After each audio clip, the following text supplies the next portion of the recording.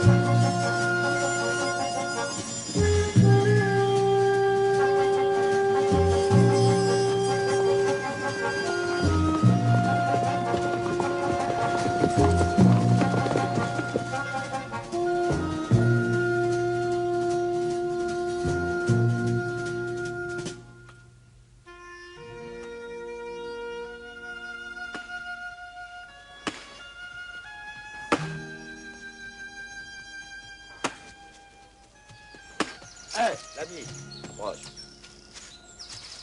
Que se passe-t-il? Y a-t-il des manœuvres dans le pays? Pourquoi, monsieur? Je n'en sais rien. Ce matin, un détachement de cavaliers a pris position derrière la colline. Combien était-il? Pas loin de 50. Et depuis, que font-ils? Rien. Ils restent à couvert sous les arbres. Ah, tu veux dire qu'ils se cachent? Ma foi, monsieur, on dirait bien. Attends. Ont-ils allumé du feu à l'heure de la soupe? Non. Tu en es sûr? Oui, monsieur. J'ai l'impression qu'il prépare quelque chose. Il tendrait un piège du côté du château que ça ne m'étonnerait pas. Tu as raison. Tiens, prends cette bourse. Et occupe-toi de mon cheval. Vous reviendrez le prendre quand? Dans 1 heure. Ou bien jamais.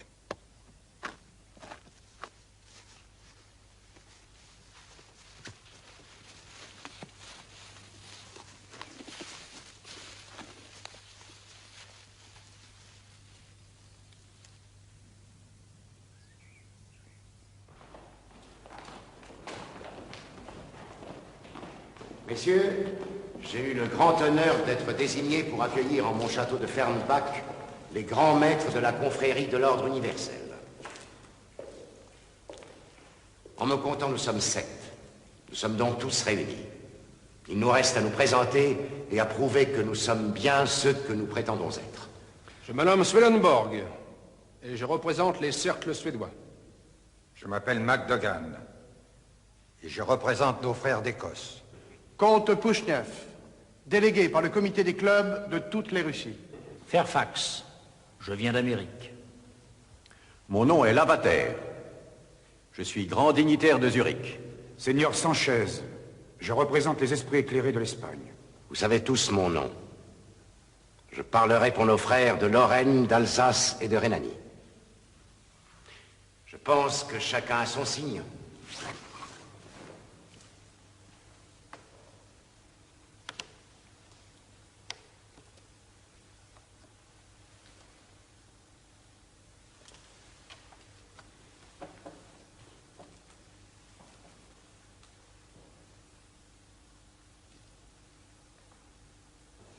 À votre appel, nous avons traversé l'Europe. Certains même ont franchi les océans. Il est temps pour nous de connaître les raisons de cette réunion. Elles sont simples, messieurs. Au nom de la fraternité universelle, nous avons juré de tout mettre en œuvre pour renverser l'ordre social établi. Depuis des années, nous avons tissé des réseaux, rassemblé nos forces, réuni nos richesses. L'œuvre est maintenant achevée. L'heure de l'action est venue. Qui donc en a ainsi décidé? Notre maître à tous, le nouveau grand Koft. Il ne s'est jamais fait connaître. Rassurez-vous, nous l'attendons.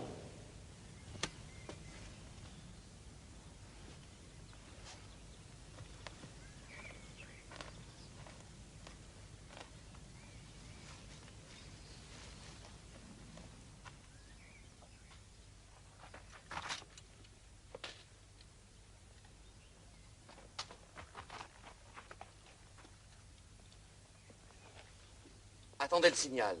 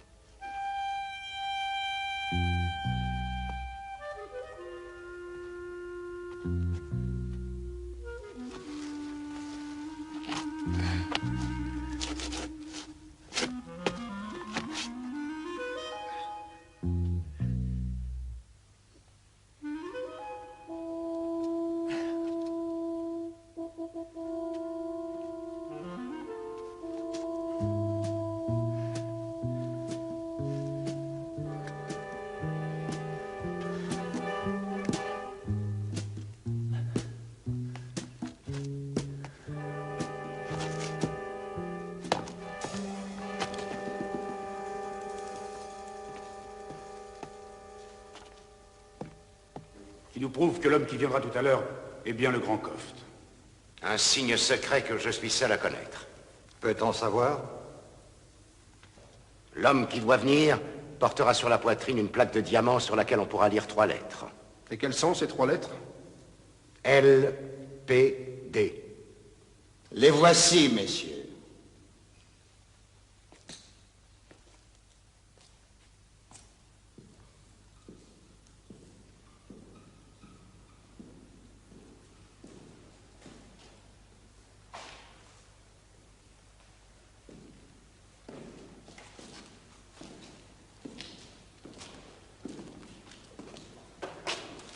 Votre rôle est d'ordonner, le nôtre est d'obéir.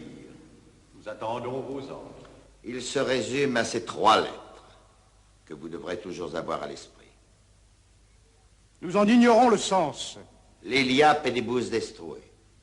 Foule les lys aux pieds. Les lys? Les lys de France, messieurs, qui symbolisent depuis tant de siècles l'inégalité, l'injustice et la tyrannie. La France sera le point de départ qui permettra d'ouvrir sur l'Europe les chemins de la liberté. Car si la noblesse a failli à sa tâche, si les aristocrates ne pensent plus qu'à leurs dentelles et au satin de leurs habits, il existe ici des hommes prêts à prendre la relève du pouvoir. Eh bien, que leur manque-t-il pour faire triompher nos idées? Les troupes, c'est-à-dire le peuple. Nous n'avons pas à discuter vos ordres, maître. Nous les exécuterons. Toutes nos confréries vous aideront dans votre tâche de toute leur force.